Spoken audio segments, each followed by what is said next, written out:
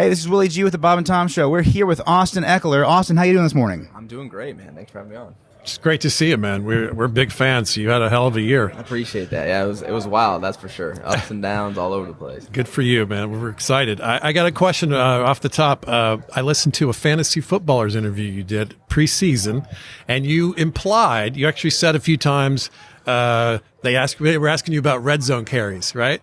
And you were saying, you were very diplomatic, and you said players play, coaches coach. You were kind of saying you think the coaches are going to pick the big body guys to plunge into the end zone. And then you ended up with a ton of red zone carries. So what happened? Did you convince them? No, I mean, it still ended up like that. We just weren't in a lot of situations where we're on the one and in the goal line package, right? Like if we actually went into the goal line package, I actually wasn't the goal line back. Okay. So if we stayed in spread and we're on the 1 yard line, okay, I'm still going to be in the game. So there's still some coach, players play where like, hey, I'm not going to be in. They were cramming it down their throat kind of play. Yeah. Right. Yeah. And you scored a lot from, say, the 11. You didn't have to get in so tight all the exactly, time. Yeah. Right. Yeah. If you score from further out, then boom, it's easier. Yeah, good for you. Can I say, that is the coolest thing I've ever heard. If you score from the 11, you don't have to worry about the goal line. That's awesome. Right. I want to ask you a question about your preparation. I see you online on your Instagram. You're constantly working out, putting up numbers on the bench. I have a little joke for you if you want it. Is this okay? Yeah, let's Can you please ask me how much I bench? How much do you bench? All of it. You can take that if you want to. You can tell it to girls. It looks cool. I think a coach might appreciate that. But tell us a little bit more about your preparation. Are you sleeping 8 hours a night? Are you eating right? Yeah, so in my preparation, especially during the season, it's pretty heavily reliant on a routine. I feel like we all have a routine, right? And sleep is one of the most important parts of that routine, just because that's going to set off how you feel the rest of the day. If you're going to be tired because you didn't get enough, or you feel rejuvenated because you got the proper amount. And dealing with Sleep Number, that's who I'm sleeping with, and I'm partnered with for two reasons, really, because the beds are amazing. The technology in the bed, you can basically customize the bed to how you want it to feel, and it automatically adjusts you during your night's sleep. So yeah, sleep's been great for the past 3 years. And then also it's really cool to see the data that's pulled from Sleep Number. So like after the season, I'll go back and look at my sleep data with a sleep expert, and I was able to see during the year when I actually hurt my ankle and had to start going to treatment earlier, and like my duration, my sleep wasn't as great. And then when I started to recover, I could see my sleep coming back as far as me getting my normal routine going again. And actually 2 of my best sleep nights were correlated with a couple of my better games on prime time. So yeah, it was great. That's interesting. All right. I mean, it keeps going on, right? Sleep Number is more than just a company that puts out beds. They're more of like a purpose company, right?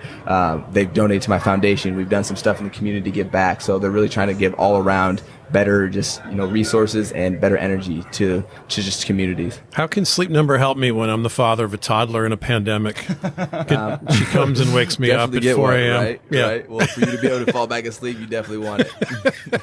Well, before we move on, I want to say that Sleep Number is a company with a purpose, and they're helping Austin fulfill his purpose too. And thanks to Sleep Number, they're donating $5,000 to Austin and his foundation, the Austin Ekeler Foundation. Awesome. Yeah. I got a question for you.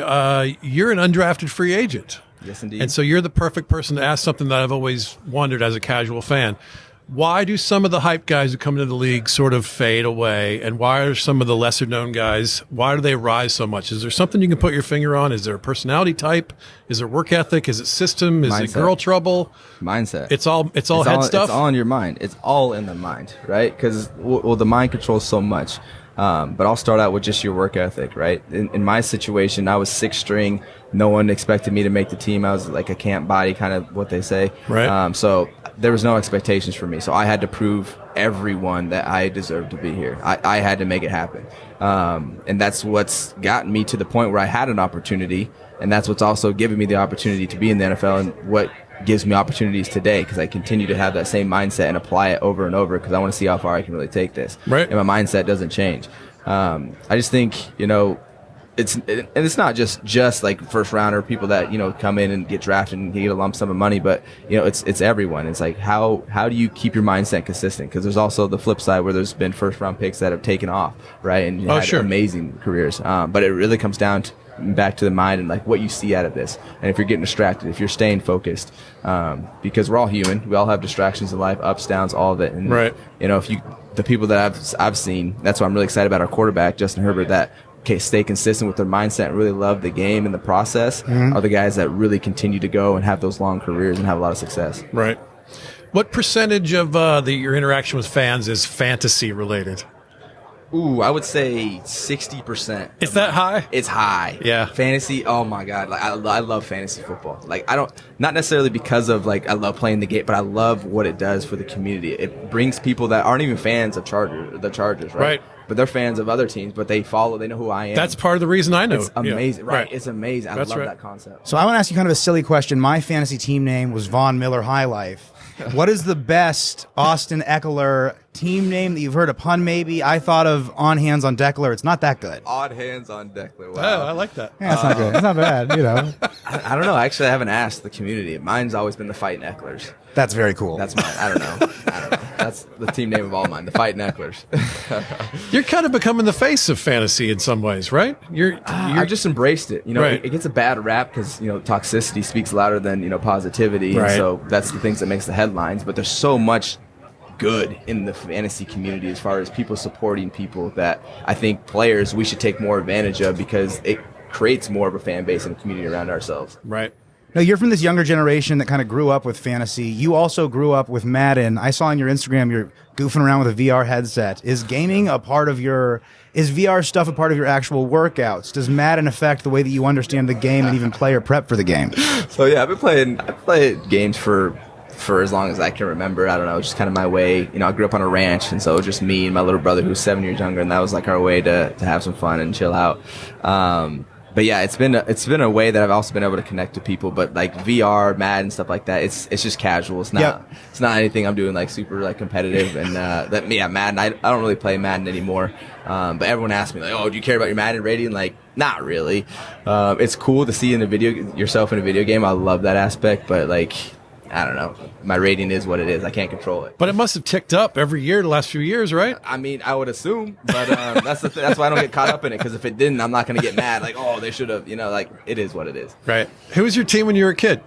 So I didn't actually watch the NFL growing up. Like I said, I grew up on a ranch, and so I was big into the cowboy life, into the ranch life. And then as I got older, got into more mainstream sports, and then I didn't watch the NFL till like my junior year of college when I was like, you know, I might have a chance to, you know, go and play. Oh, that's interesting. So fun fact about Austin, Yeah, that's really unusual. To be a bull unusual. rider. Yeah. So why not pardon the expression, why not one of the big premier colleges? What happened along the way? Man, you know, coming out of high school, I had an amazing senior year, solid junior year too. I had like 43 touchdowns, averaged like 11 yards a carry, like just 5 touchdowns a game, right? Like I was doing everything that I possibly could to show that I'm dominant at the high school level. Right. I went to a smaller school, but it's like, okay, what do you have to do if you go to a smaller school? You got to dominate, and I did. And right. So the colleges and the university that were coming to me, they were all Division IIs. I had 0 Division I's or Division I AA's come to me. I had one that was like, hey, we'll take you as a preferred walk-on and maybe just switch you to corner. And I was like, I don't want to play corner. I want to play running back. That's what I know. That's what I've always done. I want to stay true to that. And so I had one school come to me. That was Western Colorado University. I was like, hey, man, we want you to play running back. And I was like, boom, sign the line. Wow. Yeah. It's a great story, man. Yeah. So I just stayed true to myself. I basically just bet on myself. Like, I want to do what I want to do as far as the position and playing football. Right. Well, Austin, thank you for talking to us. We want to thank the great work you're doing with the Austin Ekeler Foundation and the work you're doing with Sleep Number. Thank you again for talking to us. And guys, make sure you follow Austin on Twitter and Instagram. It's very fun. It's a really fun peek behind the corner. Yeah, absolutely. I like to give, some backstory, right? Some behind the scenes, because people always see us on Sundays, right? But there's so much more substance that builds up to that. So yeah, it's cool. When you have the helmet on, it's cool to see your face and see that you're not. It's very funny to see like an intimidating football player just be a regular guy goofing in a VR headset. Right, exactly. Right. We're people too. When I wear a VR headset, I look like a moron, and you are swinging your arms around, but it looks kind of controlled and cool. Aesthetically, it's not the best, but when you're in the virtual world, it doesn't matter.